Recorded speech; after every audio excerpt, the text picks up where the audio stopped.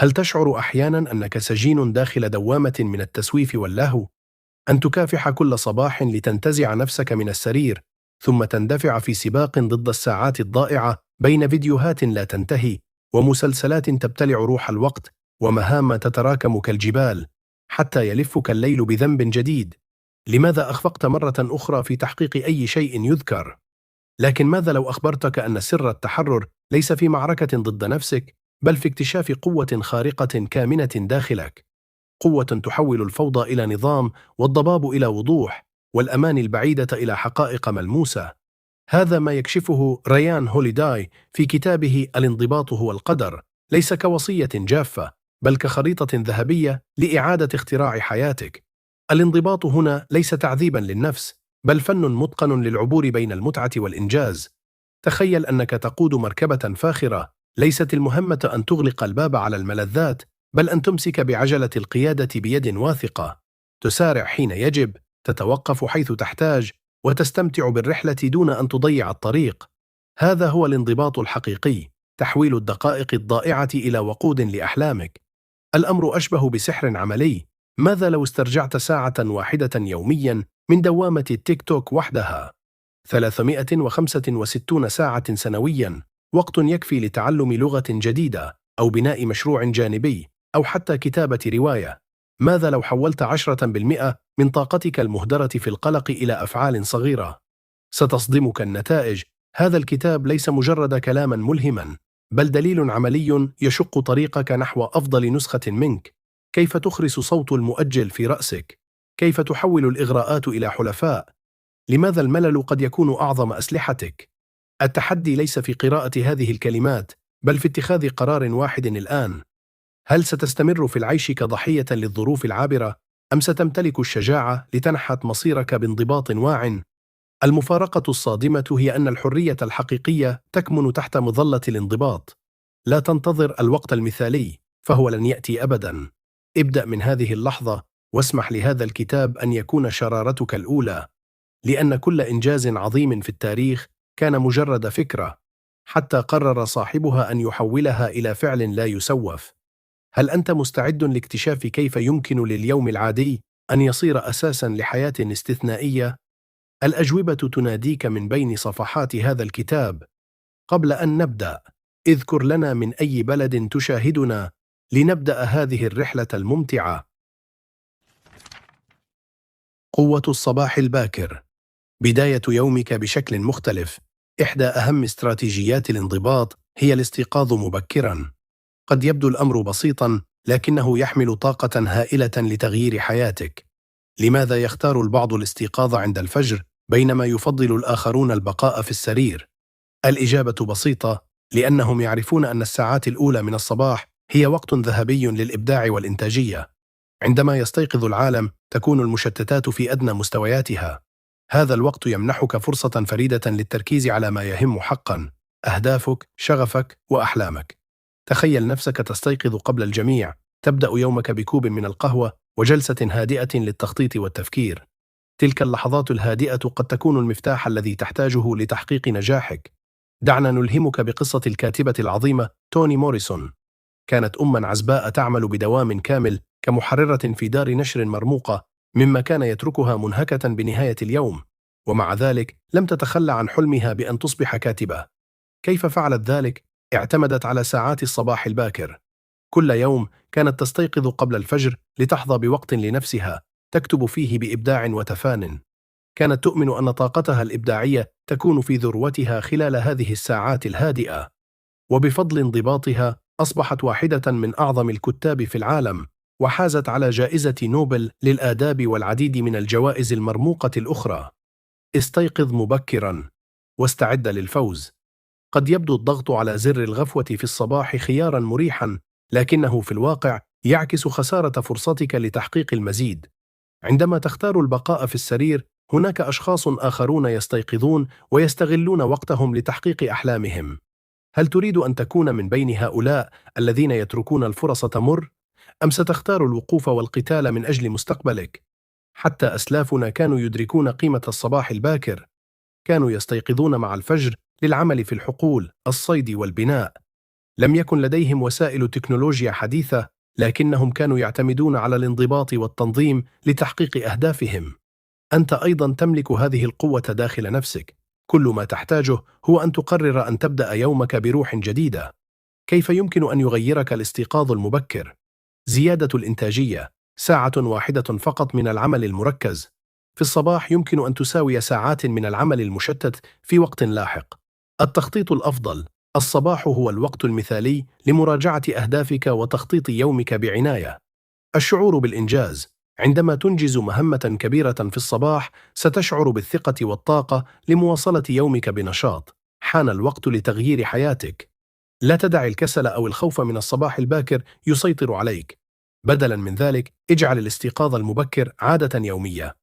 ابدأ بخطوات صغيرة. استيقظ قبل 30 دقيقة من موعدك المعتاد، ثم زدها تدريجياً حتى تصل إلى الوقت الذي يناسبك. اجعل صباحك مليئاً بالأنشطة المحفزة مثل القراءة، الكتابة أو التأمل. تذكر، الانضباط ليس عبئاً، بل هو أداة تحررك. عندما تتحكم في نفسك، تتحكم في حياتك. لذا استيقظ مبكراً، اغتنم الفرصة، وابدأ في بناء المستقبل الذي تحلم به. السؤال الآن هو: هل ستختار أن تكون الشخص الذي ينتظر الفرص أم الشخص الذي يصنعها؟ الحضور فقط القوة الخفية وراء النجاح. هل تعلم أن أبسط الأفعال يمكن أن تكون مفتاحاً لتحقيق أحلامك؟ نعم، إنها ليست الموهبة أو الحظ، بل هي الحضور. ببساطة، الظهور والقيام بما يجب فعله كل يوم، بغض النظر عن مشاعرك أو حالتك المزاجية. الانضباط الحقيقي لا ينتظر الإلهام أو الحافز، بل يتحرك حتى عندما يبدو الطريق غائماً. ابدأ صغيراً، ولكن ابدأ الآن. هل تريد إنقاص وزنك؟ ابدأ بخطوة صغيرة، مشي لمسافة ميل واحد فقط. هل تحلم بأن تصبح عازف كمان؟ خصص 10 دقائق يومياً للتدريب. هل تحمل في قلبك حلم كتابة رواية؟ التزم بكتابة صفحة واحدة يومياً. هل تبحث عن وظيفة أفضل؟ اعمل على توسيع شبكة علاقاتك بشكل منتظم. المفتاح هنا ليس الكمية أو الكمال، بل الاستمرارية. قد لا تستطيع التحكم في النتائج، لكن يمكنك دائما التحكم في جهودك. كل يوم اتخذ خطوة واحدة، مهما كانت صغيرة، نحو هدفك. مع مرور الوقت ستجد نفسك قد قطعت شوطا كبيرا، بينما 90% من الناس ما زالوا ينتظرون اللحظة المثالية التي لن تأتي أبدا. لا تنتظر اللحظة المثالية، اصنعها. معظم الناس يسقطون في فخ الانتظار، ينتظرون الشعور بالحماس أو ظهور الفرصة الذهبية، أو حتى حلول يوم يكونون فيه أكثر إلهاما. لكن الواقع هو أن النجاح لا يأتي لأولئك الذين ينتظرون، بل لأولئك الذين يتصرفون. خذ مثالا على ذلك توماس إديسون، أحد أعظم المخترعين في التاريخ. لم يكن إديسون يعتمد على الإلهام أو الموهبة الخارقة. كان يقول: العبقرية هي 1% إلهام، و99% عمل دؤوب. لم يكن ينتظر فكرة عظيمة تطرق بابه، بل كان يعمل بجد يوميا، لأنه كان يعرف أن الفرص لا تأتي إلا لمن يكون مستعدا لاستقبالها. بالنسبة لإديسون، العبقرية لم تكن هبة، بل نتيجة للجهد المتواصل والانضباط. الاستمرارية تصنع الفارق. مثال آخر رائع هو لو جيريغ، أسطورة البيسبول. كان جيريغ يظهر في كل تدريب، حتى عندما كان مصابا أو منهكا. لم يكن يسمح للشكوك أو العقبات أن توقفه. في أحد الأيام، عندما شعر بالإحباط وفكر في ترك اللعبة، أقنعه أحد الكشافة بأن الفرق بين اللاعب العادي واللاعب العظيم هو الاستمرارية. لم يكن جيريغ يتحكم في النتائج، لكنه كان يتحكم في جهوده. استمر في العمل، وتحول إلى أحد أعظم لاعبي البيسبول في التاريخ. النجاح ينتمي للمثابرين. ربما تشعر أحيانا بعدم الثقة أو تتساءل: هل أنا جيد بما يكفي؟ الحقيقة هي أن الجهد نفسه هو الذي يخلق الفرص. حتى لو كنت تعتقد أنك تفتقر إلى المهارات اللازمة، فإن مجرد المحاولة سيقودك إلى التعلم والنمو. النجاح ليس حكرا على الأذكياء أو الموهوبين، بل هو ملكا لأولئك الذين يظهرون يوميا ويضعون خطوة جديدة نحو أهدافهم. العمل اليوم يؤتي ثماره غدا. قد لا ترى نتائج عملك اليوم فورا، لكن تأثيره يتراكم مع مرور الوقت. يوم واحد من الإنتاجية لن يغير حياتك، لكن الاستمرارية ستفعل. تخيل أنك تقوم ببناء جدار، كل حجر تضعه قد لا يبدو مهما في البداية، لكن مع مرور الوقت سيصبح لديك بناء قوي ومستدام. الانضباط هو الأساس. مهما كانت موهبتك أو ذكاؤك، لن تحقق العظمة بدون انضباط. الانضباط يعني أن تظهر كل يوم حتى عندما لا تشعر بالرغبة، يعني أن تستمر حتى عندما تواجه العقبات، يعني أن تؤمن بأن العمل الصغير المستمر يمكن أن يؤدي إلى نتائج كبيرة. الآن السؤال هو: هل ستختار أن تكون الشخص الذي ينتظر اللحظة المثالية، أم ستكون الشخص الذي يظهر ويتحرك؟ النجاح ليس مسألة كمال، بل مسألة استمرارية. إذا كنت تريد تحقيق أحلامك فلا تنتظر. ابدأ اليوم. اظهر واعمل واستمر في السير. تذكر، النجاح ليس للأشخاص الذين يملكون كل الإجابات، بل للأشخاص الذين لا يتوقفون عن السعي. احتضان عدم الراحة بوابة القوة والإنجاز. في عالم اليوم أصبحت الحياة أكثر راحة وسهولة من أي وقت مضى. بنقرة زر واحدة يمكنك تحويل الأموال، طلب وجبات ساخنة تصل إلى بابك، وحتى التسوق دون الحاجة لمغادرة منزلك. يمكنك كسب المال وأنت مستلق على أريكتك، أو إنفاقه عبر الإنترنت بكل سهولة. باختصار، يمكنك أن تعيش حياتك بأكملها داخل فقاعة الراحة الخاصة بك. ولكن هنا يكمن الخطر الحقيقي. هذه الحياة المليئة بالراحة يمكن أن تتحول إلى إدمان. في الواقع، أصبح الكثيرون مهووسين بجعل كل شيء في حياتهم سهلا ومريحا. نحن نبحث عن النجاح الفوري لأننا لا نريد بذل الجهد. نبني المنازل الذكية لتجنب الأعمال المنزلية، ونستعين بمربية لتفادي التعامل مع الأطفال الصاخبين. نتخلص من أي شيء يجعلنا نشعر بعدم الراحة. وعلى الرغم من أن هذه الخيارات قد توفر لنا راحة مؤقتة، إلا أنها تضعف قدرتنا على الانضباط وتقويض عزيمتنا. إذا أحطت نفسك بقدر كبير من الراحة، فأنت بذلك تجهز نفسك للفشل. الحياة ليست دائما في صفك، والمستقبل مليء بالمفاجآت. ماذا لو فقدت كل أموالك؟ أو ماذا لو فقدت عائلتك أو منزلك؟ هل ستكون مستعدا لمواجهة مثل هذه التحديات؟ لا تدع الراحة تستعبدك. الراحة ليست عدوا، لكن الإفراط فيها قد يكون مدمرا. بدلا من الاستسلام للراحة، اجعل نفسك أقوى وأكثر مرونة. تحدي نفسك، شارك في سباق الماراثون، أو عش بدون مكيف هواء لبضعة أيام. ارفع الأثقال، خذ حمامات باردة، أو اقضي بعض الوقت بعيدا عن الإنترنت. ادفع حدودك واحتضن عدم الراحة. المفتاح هو تحقيق التوازن. لا تكن قاسيا جدا على نفسك، ولكن لا تبالغ في الاستمتاع بالراحة أيضا. استمتع بلحظات الراحة، ولكن استمر في اختبار قدراتك وحدودك. سينيكا، مثال في الانضباط والبساطة. الفيلسوف الرواقي العظيم سينيكا يقدم لنا درسا عميقا في كيفية استخدام عدم الراحة كأداة للقوة. رغم أنه كان ثريا وورث ثروة كبيرة من والده، لم يغرق في الرفاهية. بدلا من ذلك، استثمر ثروته بحكمة وزاد من غناه. وعلى الرغم من حياته المريحة، لم يسمح لنفسه بأن يصبح عبدا لها. من حين لآخر، كان سينيكا يتعمد العيش كرجل فقير لبضعة أيام. خلال هذه الفترة، كان يأكل فقط الخبز والماء، ويضع ملابس بسيطة، وينام على الأرض. من خلال هذا الاختيار المتعمد لتجربة الحرمان، كان سينيكا يعد نفسه لمواجهة تحديات الحياة. لم يكن يفعل ذلك للتظاهر أو لإثارة الإعجاب، بل لأنه أدرك أن الراحة الزائدة تجعل الإنسان ضعيفا وغير مستعد للمصاعب. كان يعامل هذه التجارب كاختبار شخصي، وكان عازما على النجاح فيه. كما أراد أن يفهم معاناة الفقراء بشكل أعمق. من خلال العيش مثلهم، تحرر من خوف فقدان ثروته.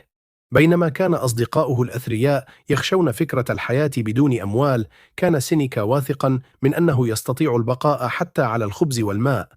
كيف أنقذ سينيكا حياته؟ اختيارات سينيكا الحكيمة لم تمنحه فقط القوة الداخلية، بل أنقذت حياته في لحظة حرجة. كان سينيكا مرشدا روائيا للإمبراطور الروماني نيرون. عندما أصبح سلوك نيرون غير متوقع وخطير، قرر سينيكا أن ينسحب من الحياة العامة. كان مستعدا للتخلي عن كل ثروته مقابل حريته. ولكن نيرون، الذي لم يستطع فهم لماذا يتخلى أحد عن مثل هذه الثروة الهائلة، قرر تسميم سينيكا لمنعه من المغادرة. ومع ذلك، بفضل نمط حياته البسيط الذي اعتاد عليه، حيث كان يعتمد على نظام غذائي بسيط من الخبز والماء، أصبح جسمه محصنا ضد السم. اختياره لاحتضان عدم الراحة أنقذ حياته في النهاية. ماذا عنك؟ إذا وجهت لك الحياة ضربة غير متوقعة، هل ستكون مستعدا لمواجهتها؟ الشخص الذي ينجح في الحياة ليس هو الشخص الذي يملك كل شيء، بل هو الشخص القادر على التعامل مع أي موقف. من خلال جعل حياتك أقل راحة قليلا، يمكنك إعداد نفسك لمواجهة أي تحد يأتي في طريقك. عدم الراحة ليس عدوا، بل هو أعظم معلم لك. ابدأ اليوم واكتشف قوتك الحقيقية. ابدأ في البحث عن عدم الراحة اليوم.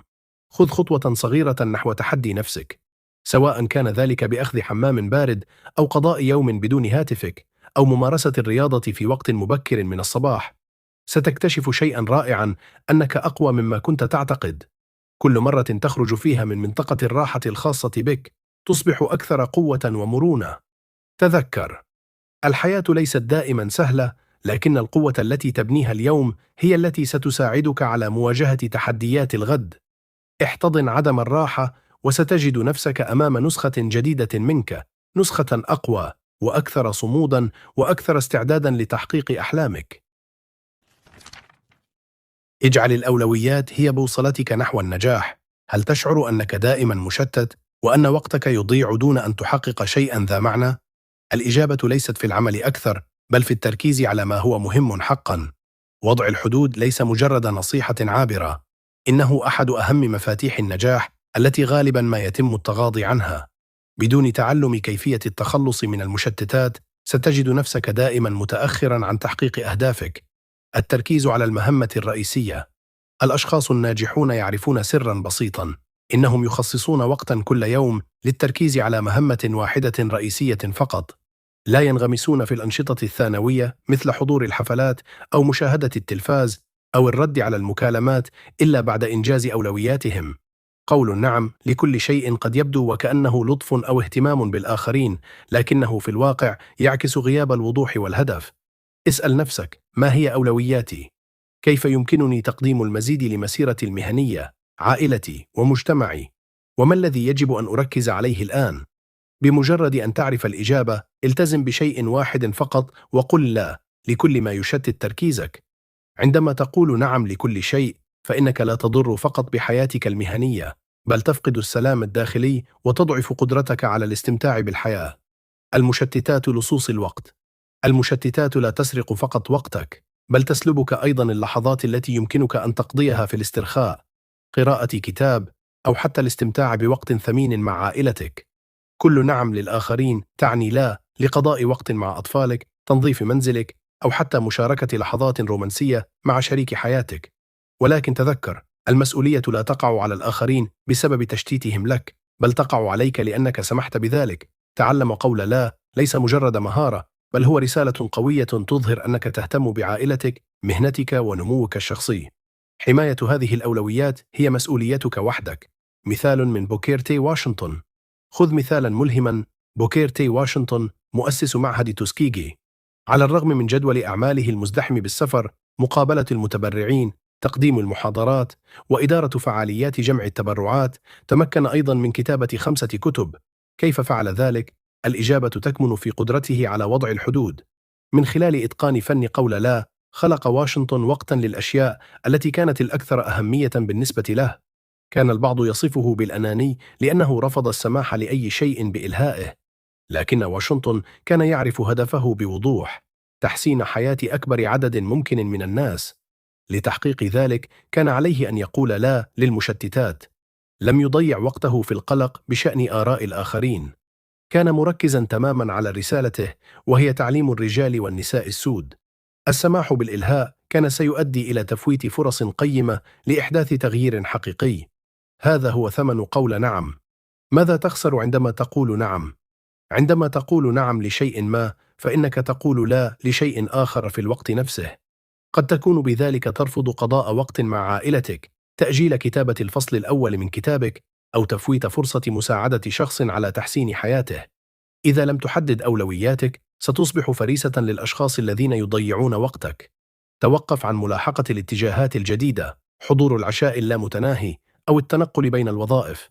محاولة كل شيء يعني أنك لن تنجح في أي شيء. تعرف على حدودك. من المهم أن تدرك حدودك ولا تأخذ على عاتقك أكثر مما يمكنك تحمله.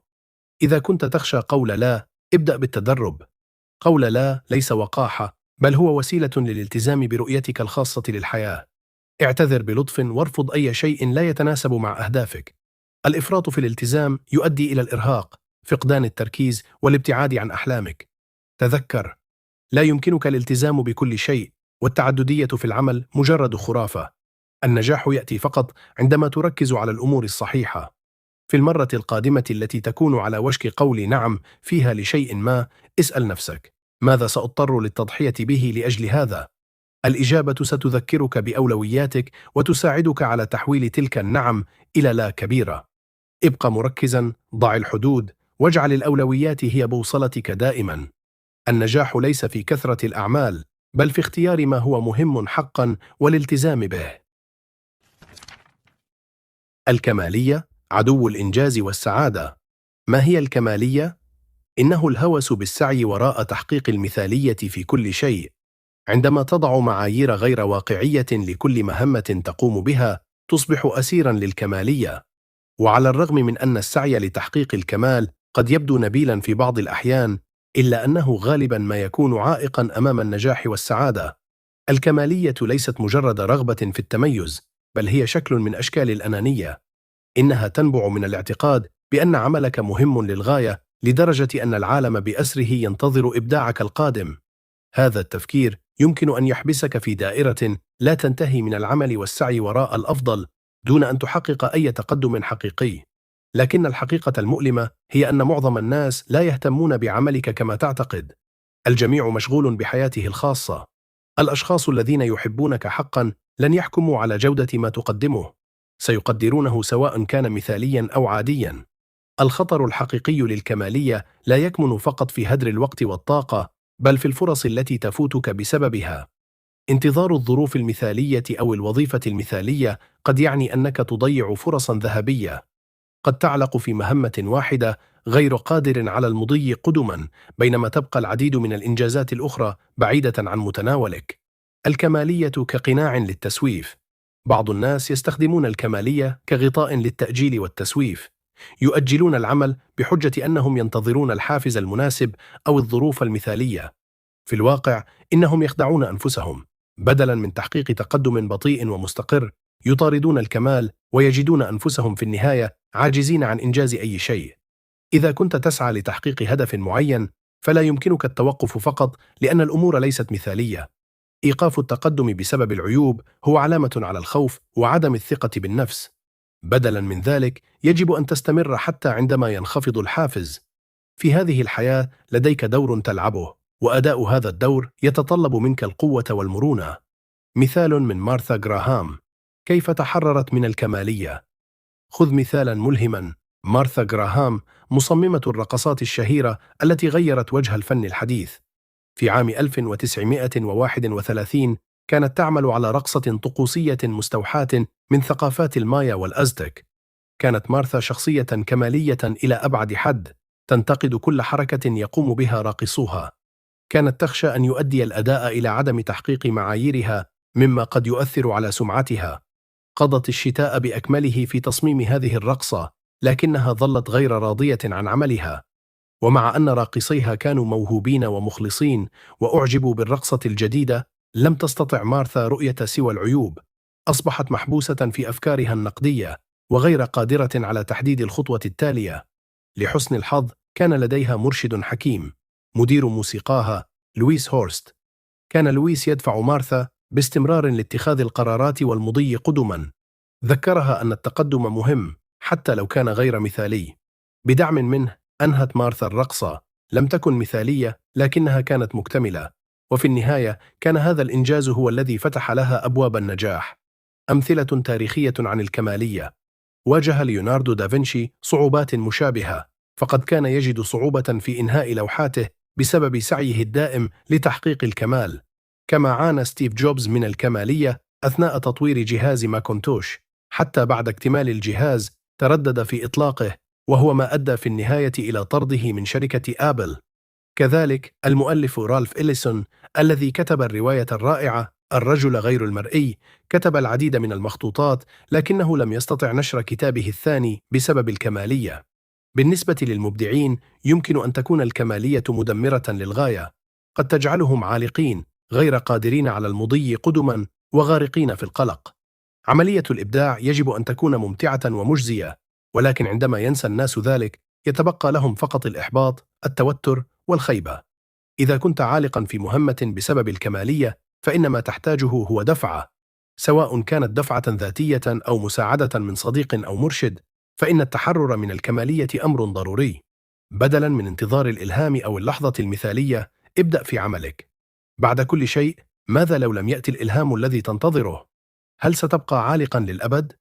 التقدم أهم من الكمال. التقدم مهما كان غير مثاليا دائما أفضل من الوقوف مكانك. تذكر أن الكمالية ليست صديقتك، بل هي عدوتك. العالم لا ينتظر الكمال، بل يقدر الجهد والإبداع. لذا انطلق نحو أهدافك، ولا تدع الكمالية تقف في طريقك. هل يمكنك النهوض مجددا؟ الانضباط ليس وسيلة لتجنب الفشل، بل هو القدرة على النهوض عندما تطرحك الحياة أرضا. التحديات، الإخفاقات، وحتى الهزائم ليست استثناءات، بل جزء لا يتجزأ من الرحلة الإنسانية. ما يميز الإنسان القوي ليس غياب الفشل في حياته، بل كيفية تعامله معه. إذا كنت تملك العزم للوقوف مجددا بعد السقوط، ستتعلم من التجربة وتقوى وتصبح أفضل مما كنت عليه. أما إذا سمحت للفشل بأن يحددك أو رفضت المحاولة مرة أخرى، فستظل أسيرا لهزيمتك. الكمالية عدوتك. الحياة ليست مثالية، والناس أيضا ليسوا كذلك. سترتكب الأخطاء وهذا طبيعي، لكن قبول هذه الأخطاء هو الخطوة الأولى نحو التقدم. إذا كنت شخصا كماليا فأنت بحاجة إلى إعادة النظر في معاييرك العالية واحتضان نواقصك، وإلا سيبدو كل فشل وكأنه حاجز لا يمكن تجاوزه، مما يجعل النهوض أكثر صعوبة. المفتاح الحقيقي للتقدم هو وضع الغرور جانبا والتعلم من أخطائك. لديك مسؤوليات يجب الوفاء بها، حياة يجب أن تعاش، ومستقبل يجب أن يبنى. لم تخلق لتسمح للأخطاء أن تحددك أو تهزمك. أنت هنا لتحقيق رسالة معينة، وهذا يتطلب منك القتال والاستمرار بغض النظر عن مشاعرك أو ظروفك. المحترفون الحقيقيون لا يستسلمون. المحترفون الحقيقيون ليسوا أولئك الذين لا يفشلون أبدا، بل هم أولئك الذين لا يستسلمون أبدا. يستمرون في العمل لأنهم شغوفون بما يفعلونه. عندما تكون مرتبطا بهدفك بعمق، فإن الفشل لن يكون نهاية الطريق، بل مجرد محطة مؤقتة في رحلتك. إذن، هل ستدع فشلا واحدا يسلبك سعادتك ورسالتك؟ قصة فلويد باترسون، كيف حول الهزيمة إلى نصر. خذ مثالا ملهما. فلويد باترسون، الملاكم الذي خسر بطولة الوزن الثقيل أمام إنغمار يوهانسون في عام 1959. كان فلويد قد درب بجدية كبيرة استعدادا للمباراة، لكن شيئا ما كان مفقودا. قال البعض إنه فقد التزامه، بينما اعتقد آخرون أنه فقد شغفه للفوز. اعترف فلويد نفسه أن ثقته الزائدة في مهاراته جعلته غير صبور وغير حذر. في الحلبة أصبح واضحا أن فلويد لم يكن مستعدا لتحقيق النصر. لقد طغى غروره على روحه القتالية وقلل من شأن خصمه، وهو خطأ كلفه البطولة. سقط فلويد 7 مرات خلال المباراة، وفي الجولة الثالثة انتهت المباراة. بالنسبة لمعظم أبطال الملاكمة، خسارة اللقب تعني نهاية مسيرتهم المهنية. ربما كان فلويد سيواجه نفس المصير لو لم يتلقى رسالة غير متوقعة. جاءت الرسالة من آرتشي مور، الملاكم الذي هزمه فلويد ذات يوم. كتب آرتشي عن المشاعر السوداء التي تلي الخسارة، وهي مشاعر كان يفهمها جيدا. شجع فلويد على تعديل استراتيجيته، التدرب بجهد أكبر، والثقة في قدرته على استعادة لقبه. كانت الرسالة مليئة باللطف والدعم، وأعادت إشعال شغف فلويد للفوز. مستوحى من كلمات آرتشي، عاد فلويد إلى التدريب بعزيمة متجددة. حلل خسارته، مارس الحركات التي اقترحها آرتشي، وشاهد مرارا تسجيلات المباراة لتحديد نقاط ضعفه وتصحيحها. بعد عام عاد فلويد إلى الحلبة لمواجهة إنغمار يوهانسون مجددا. هذه المرة أثمر انضباطه وتفانيه. هزم فلويد إنغمار بقوة جعلت خصمه غير قادر على النهوض. أصبح فلويد أول ملاكم وزن ثقيل يستعيد حزام البطولة ليصنع بذلك تاريخا لا ينسى. ماذا ستفعل إذا كنت مكان فلويد؟ إذا كنت مكان فلويد، ماذا كنت ستفعل؟ هل كنت ستستسلم أم كنت ستحارب طريقك للعودة؟ الإجابة تعتمد بالكامل عليك. الانضباط لا يعني تجنب الفشل، بل يعني إيجاد الشجاعة للنهوض مجددا. مثل فلويد، يمكنك النهوض مرة أخرى، أقوى وأكثر استعدادا لمواجهة أي شيء يأتي في طريقك. رد فعلك تجاه الفشل هو ما يحدد مصيرك. السؤال الذي سيغير حياتك. في المرة القادمة التي تواجه فيها تحديا في حياتك، اسأل نفسك: هل يمكنني النهوض مجددا؟ الإجابة هي مفتاحك للتقدم. لا تدع الفشل يوقفك، بل اجعله نقطة انطلاق جديدة. النجاح ليس غياب السقوط، بل هو القدرة على الوقوف مجددا بعد كل سقوط. المال أداة قوية أم سيف ذو حدين؟ نحن جميعا نسعى لتحقيق الحرية المالية، لكن السعي وراء المال قد يجرد حياتنا من فرحتها في كثير من الأحيان. الأشخاص الذين يعانون من الفقر غالبا ما يضحون بلحظاتهم الجميلة وبسعادتهم الحالية من أجل بناء مستقبل أفضل. وفي المقابل، قد ينفق الأثرياء أموالهم بتهور، يعيشون اللحظة دون تخطيط للمستقبل أو الادخار. كلا النهجين غير متوازن، ولا يؤدي إلى حياة مليئة بالسلام والرضا. الحياة تتطلب التوازن. عندما يكون لدينا المال، يمكننا إنفاقه كما نشاء، ولكن فقط إذا كانت الأسباب ذات معنى ومبررة. وعندما لا يكون لدينا المال، يجب أن نعمل بجد لتحسين وضعنا المالي، ولكن دون أن ننسى الاستمتاع باللحظات البسيطة على طول الطريق. مثال من بيبي روث: كيف يمكن للمال أن يصبح فخا؟ خذ مثالا ملهما ومؤلما في الوقت نفسه. بيبي روث، أسطورة كرة القاعدة الأمريكية. كان روث يكسب أكثر من رئيس الولايات المتحدة في ذلك الوقت، ولكنه أضاع ثروته بسبب عادات إنفاقه غير المسؤولة. لم يدخر أو يستثمر، بل أنفق ببذخ، وندم لاحقا على نمط حياته المترف. في ذروة مسيرته مع فريق نيويورك يانكيز، كان روث يكسب 6000 دولار شهريا، وهي ثروة ضخمة في تلك الأيام. بدأ بشراء دراجة نارية، ومع زيادة راتبه انتقل إلى سيارة رياضية، ثم أصبحت عادات إنفاقه أكثر ترفا: معاطف جلدية باهظة الثمن، دبابيس مرصعة بالماس، وقمصان حريرية.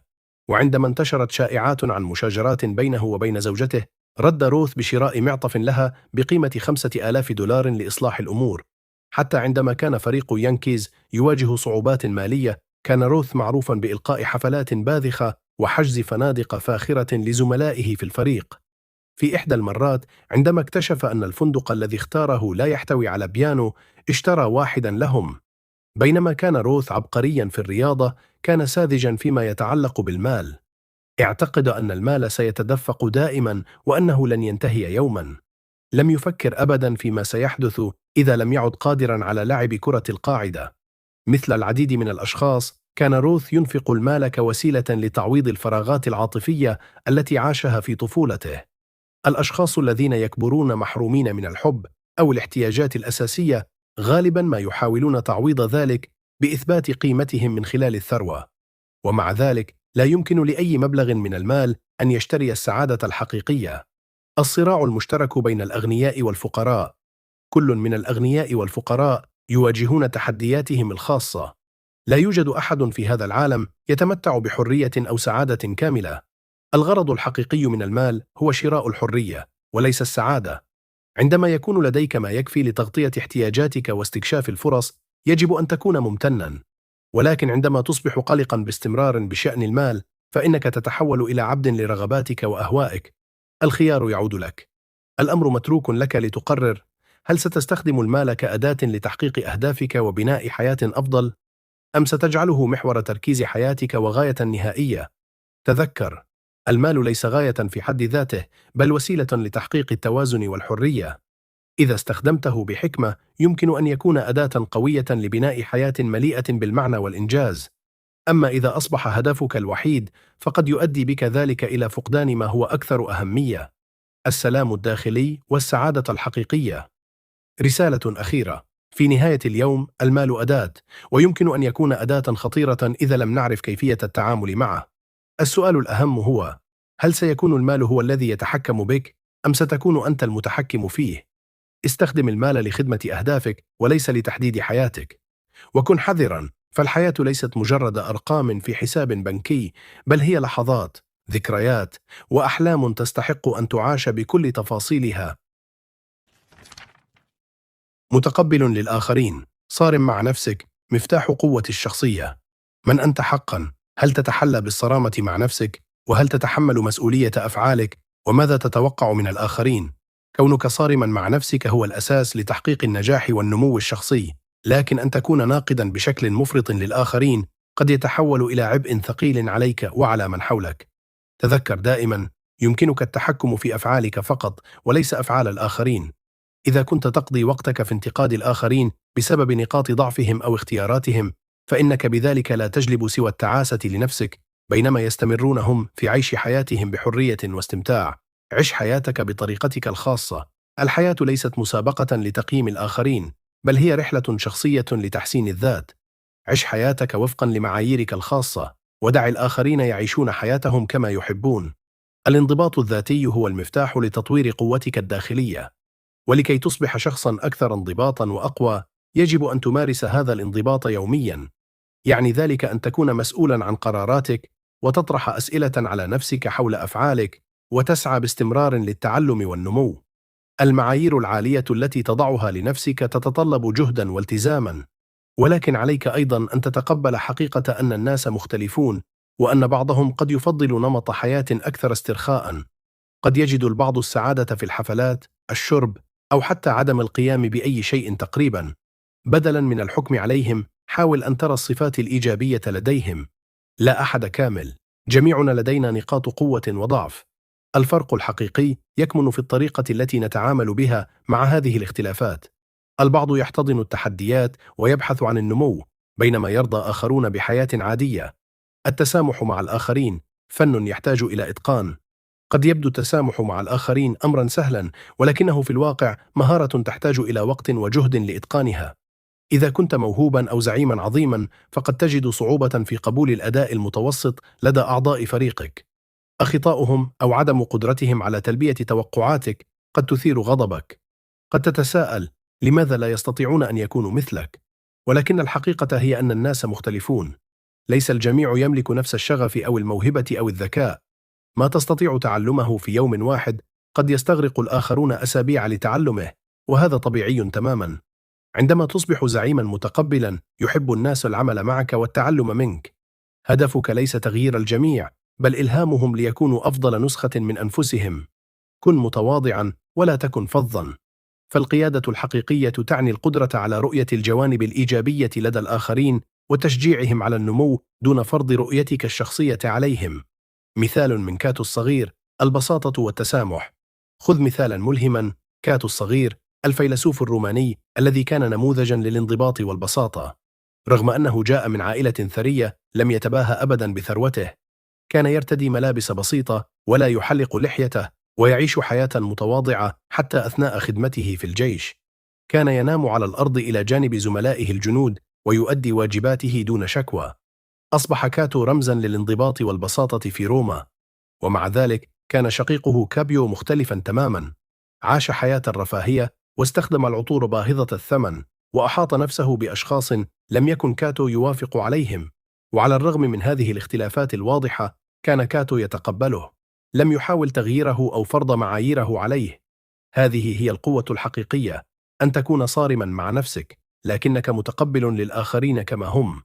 الانضباط الذاتي، الصرامة مع النفس وليس مع الآخرين. يمكنك أن تأمل في الخير للناس، لكن لا يمكنك فرضه عليهم. العالم مليء بالتنوع، وتوقع أن يعيش الجميع وفقا لمعاييرك هو وهم غير واقعي. بدلا من محاولة التحكم أو الحكم على الآخرين، ركز على تحسين نفسك. الوصول إلى إمكاناتك الكاملة هو رحلة طويلة وشاقة. على طول الطريق قد تواجه النقد والمقاومة. لن يقبل الجميع قواعدك ومعاييرك، وقد يتفوق عليك بعض الأشخاص الذين يتمتعون بانضباط أقل، لكن هذا لا يهم. النجاح الحقيقي هو أن تركز على التحكم في أفعالك ومشاعرك، وليس على مقارنة نفسك بالآخرين. الخلاصة: كن إيجابيا ومتقبلا. إذا ابقى إيجابيا وتعلم كيف تتقبل الآخرين بينما تكون صارما مع نفسك. لديك أهدافك الخاصة لتحقيقها، فلا تضيع وقتك في الحكم على الآخرين أو محاولة تغييرهم. عش الحياة التي تريدها ودع الآخرين يعيشون حياتهم بطريقتهم. تذكر، القوة الحقيقية تكمن في القدرة على التحكم في نفسك وليس في محاولة التحكم بالآخرين. كن نورا لنفسك وسيتبعك الآخرون بإرادتهم. وها قد وصلنا إلى ختام هذه الرحلة المليئة بالدروس القيمة.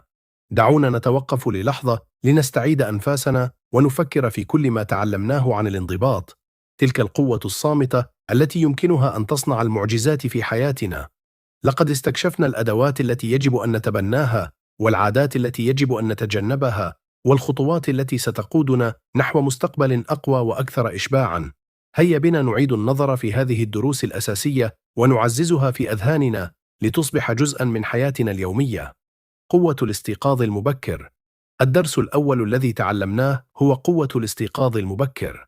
الساعات الأولى من الصباح ليست مجرد وقت عابر، بل هي لحظات مليئة بالهدوء والإلهام. للمبدعين، هذه الفترة هي فرصة ذهبية لتحقيق إنتاجية لا تضاهى. سواء كنت تعمل على كتاب أو تسعى لتحقيق هدف شخصي أو حتى تريد فقط تحسين يومك، فإن تبني هذه العادة يمكن أن يحدث فرقاً جذرياً. استغل هذا الوقت لتغذية روحك وعقلك، وسترى كيف تتغير حياتك. أهمية العمل المستمر. الدرس الثاني هو أهمية العمل المستمر. النجاح ليس نتيجة لحظات من الإلهام، بل هو ثمرة الجهد اليومي المتواصل. الحضور كل يوم، بغض النظر عن مشاعرك، هو قوة خارقة. لا تدع عواطفك تتحكم بك، ركز على ما يهم حقا واستمر في التقدم خطوة بخطوة. التحسين المستمر هو مفتاح تحقيق النجاح الكبير. قيمة عدم الراحة. ثالثا، تعلمنا قيمة عدم الراحة. الحياة المريحة قد تبدو جذابة، لكنها غالبا ما تكون فخا يتركنا غير مستعدين لمواجهة تحديات الحياة.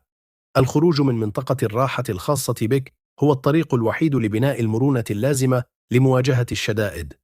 تذكر، الأشياء العظيمة لا تتحقق في دائرة الأمان، بل خارجها. تحديد الأولويات وتجنب المشتتات. ثم انتقلنا إلى ضرورة تحديد الأولويات وتجنب المشتتات. تعلم قول لا للأمور التي لا تخدم نموك هو مهارة أساسية. كن مؤدبا ولكن حازما، والتزم فقط بما يتماشى مع أهدافك الشخصية والمهنية. التركيز على الأولويات يساعدك على تحقيق أقصى استفادة من وقتك وجهدك. الكمالية، العدو الخفي. درس آخر مهم كان حول الكمالية. السعي وراء الكمال غالبا ما يؤدي إلى الشلل وعدم القدرة على التحرك. بدلا من ذلك، ركز على إنجاز المهام حتى لو لم تكن مثالية. التقدم أهم من الكمال، والتعلم أثناء السير هو ما يجعلك تنمو. الفشل جزء طبيعي من النجاح. أكدنا أيضا أن الفشل جزء لا يتجزأ من الحياة. النجاح الحقيقي لا يقاس بعدم الوقوع، بل بالقدرة على النهوض بعد السقوط. تعلم من إخفاقاتك واجعلها دروسا تأخذك خطوة أقرب إلى أهدافك. دور المال في حياتنا. أخيرا، تحدثنا عن دور المال. بينما يمكن أن يكون المال أداة لتأمين الحرية، فإنه يصبح خطيرا عندما يبدأ في السيطرة على حياتك. اسعى لتحقيق توازن بين الإنفاق، الادخار والاستثمار. تأكد من أن اختياراتك المالية تتماشى مع أهدافك وتطلعاتك. الانضباط حجر الزاوية للنجاح. الانضباط الذاتي هو حجر الزاوية للحياة الناجحة. إنه يقوي جسدك، عقلك وروحك، مما يجعلك أكثر مرونة وقدرة على التكيف مع ظروف الحياة المختلفة. لكن تذكر، الأمر لا يتعلق بأن تكون مثاليا، بل يتعلق بالتعلم المستمر والتحسين. ابقى متواضعا مهما بلغت من الغنى أو النجاح، وركز على التحكم في أفعالك بدلا من الحكم على الآخرين. رحلة تستحق العناء. رحلة الانضباط الذاتي ليست سهلة، لكنها تستحق كل جهد تبذله. من خلال ممارسة الانضباط يوميا، ستطلق العنان لإمكاناتك الكامنة وتحقق العظمة. خذ هذه الدروس، طبقها، ودع الانضباط يرشدك نحو حياة مليئة بالهدف والنجاح والإشباع. شكرا لك على استماعك لهذا الملخص لكتاب الانضباط هو القدر للكاتب ريان هوليداي. إذا وصلت إلى هنا، فهذا يدل على التزامك بالنمو الشخصي والانضباط الذاتي، الصفات التي تصنع حياة ذات معنى حقيقي. إذا وجدت هذا الملخص مفيدا، فلا تتردد في مشاركته مع شخص قد يستفيد من هذه الدروس والإعجاب به والاشتراك في القناة للمزيد من المحتوى الملهم. أود سماع أفكارك في التعليقات. ما الذي أثر فيك أكثر؟ هل كانت أهمية الاستيقاظ المبكر أم تبني عدم الراحة أم ربما قوة العمل المستمر؟ دعني أعرف. رحلتك تبدأ الآن. رحلتك نحو النجاح تبدأ بخطوات صغيرة ومنتظمة. أنا هنا لدعمك على طول الطريق. تابع المزيد من الملخصات الملهمة، وإلى أن نلتقي مرة أخرى، تذكر أن الانضباط ليس عبئاً، بل هو المفتاح لفتح إمكاناتك. كونوا دائماً أفضل نسخة من أنفسكم.